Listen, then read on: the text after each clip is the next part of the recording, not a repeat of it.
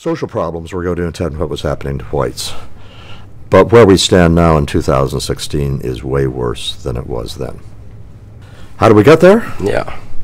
Well, and explain maybe very briefly what is way worse. What indicators would you cite if I said, I don't know, the country seems to be in decent shape, you know? Yeah, for those of you who don't hang out in working class communities or who grew up in one but haven't been back to visit recently, you will probably be shocked.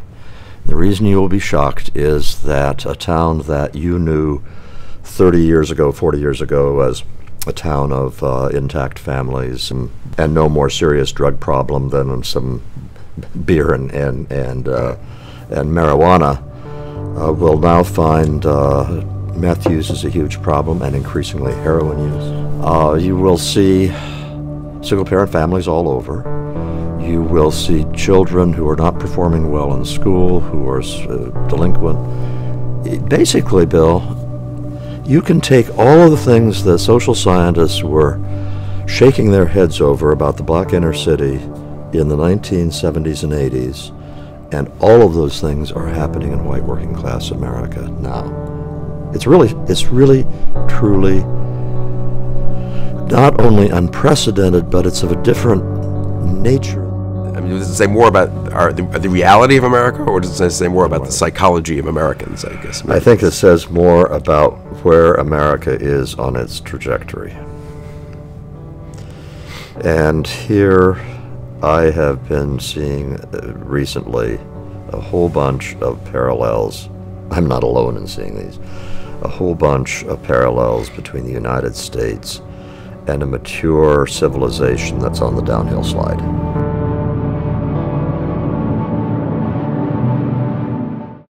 It is a time-honored tradition at high schools across our region. Homecoming often coincides with football season, and it's usually a spirited event. Most schools hold dances and usually pick students to be the homecoming king and queen. But this year, Bethesda Chevy Chase High School is taking a different approach to homecoming that many say is more welcoming than in years past.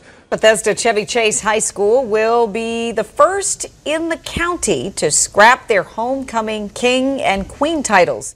It's going to be a gender neutral. That means that it could be a male and female, it could be two males, it could be two females. And I have to admit, when I first heard the story this morning, I said, what's wrong? Why are we doing away king and queen? Isn't that part of the process? But the more I read the article and I saw what they're saying and what some of the students had gone through and why they say this is important, I've changed my tune to say, you know, you're right. Why not make everyone feel important? Because high school kids... From celebrities like Ruby Rose of Orange is the New Black to teen star Jaden Smith and Hollywood hunk Brad Pitt, celebrities are directly or indirectly drawing attention to a movement that blurs gender in which a person can choose to be male or female or both any day or hour they want. It's called gender fluid or gender fluidity and is among the top conversations on Vine, certainly a lot of college campuses. Joining us is Vine star and author Jeffrey Marsh. Jeffrey does not identify as he or she, but prefers the pronouns they and them.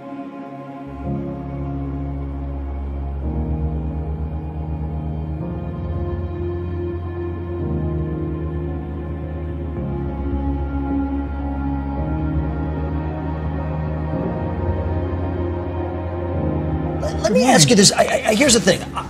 I'll just speak for myself. I think anybody should be free to do anything that they want and live as they wish.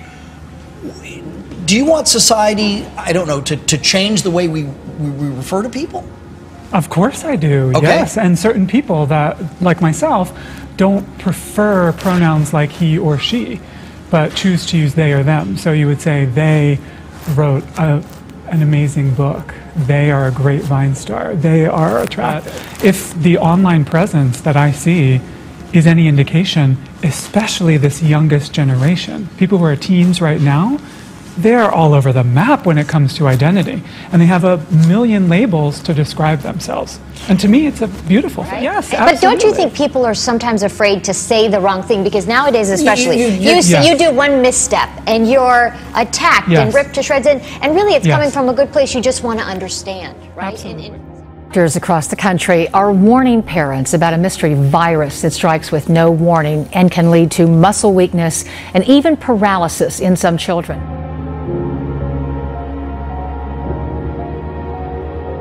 It was really odd how it all started. He was bound to a hospital bed for months with a condition still puzzling doctors around the country. My concern is that we are seeing a trend now in 2016 that mirrors what we saw in 2014. According to the CDC, in 2014, 120 cases of AFM were reported, just 21 cases in 2015. But so far this year, there have already been 50 reported cases. But again, doctors are really pushing the fact that this is very, very rare. You know, his mom, Leslie, used the phrase, it's like a thief in the night. It comes up so suddenly, you don't know what it is.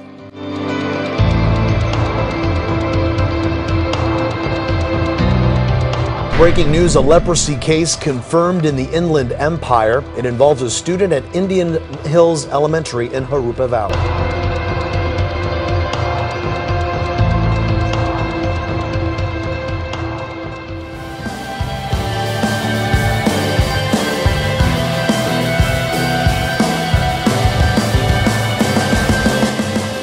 The Caribbean's most powerful storm in almost a decade swept through Haiti on Tuesday. The most powerful hurricane to hit Haiti in more than 50 years is causing chaos and panic.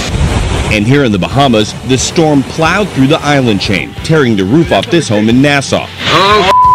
The first major hurricane to hit the Bahamian capital since the late 1920s. Wow.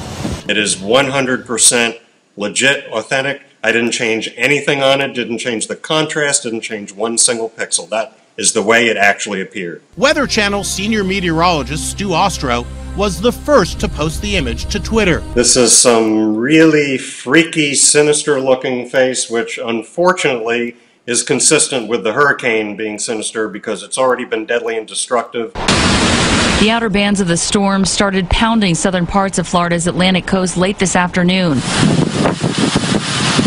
It sure does look like a smirking skull, especially with that devilish red background. Florida meteorologist Matt Devitt of Wink TV in Fort Myers noticed the spooky likeness. Overnight, torrential downpours and wind whipping stoplights, thrashing palm trees, submerging cars on the road.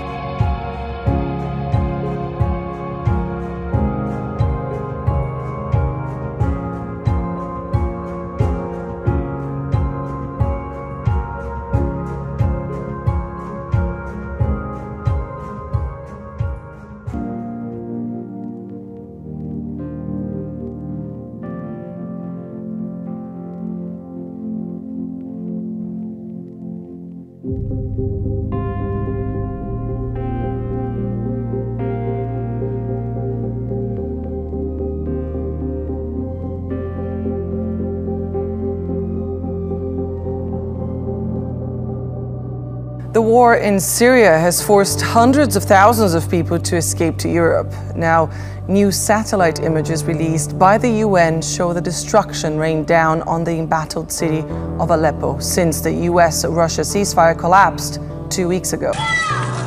Jets have bombed eastern Aleppo over the last few weeks like never before. And I simply cannot thank you for that. Nor can the thousands upon thousands of innocent men, women and children trapped in Aleppo. Tonight, they will endure another night of fear, of pain, another night of wondering whether they will live to see the morning. 100,000 of them are children. The current tactics being used in Aleppo under the alibi of countering terrorism are turning a humanitarian crisis into a catastrophe. And your veto today, Mr. President, has only confirmed what we have known for so long. Russia's actions in recent weeks have exposed just how hollow Russia's commitment to the political process is. We see every day in Aleppo that there simply can be no military victory in this conflict. There can only be losers. With all these messages of combat readiness, they are pretty much sending a message to the United States and its coalition not to intervene and not to mess with them, if we can put it bluntly. If we don't do something, cette ville ne sera bientôt plus qu'un champ de town will soon just et be restera dans in l'histoire comme une ruins ville and will remain in où ses history habitants as a abandonnés town à leur bourg. in which the inhabitants were Il y a abandoned to 15 their jours déjà devant executioners. And constant airstrikes have turned what was once Syria's largest city into rubble and has made life there unbearable.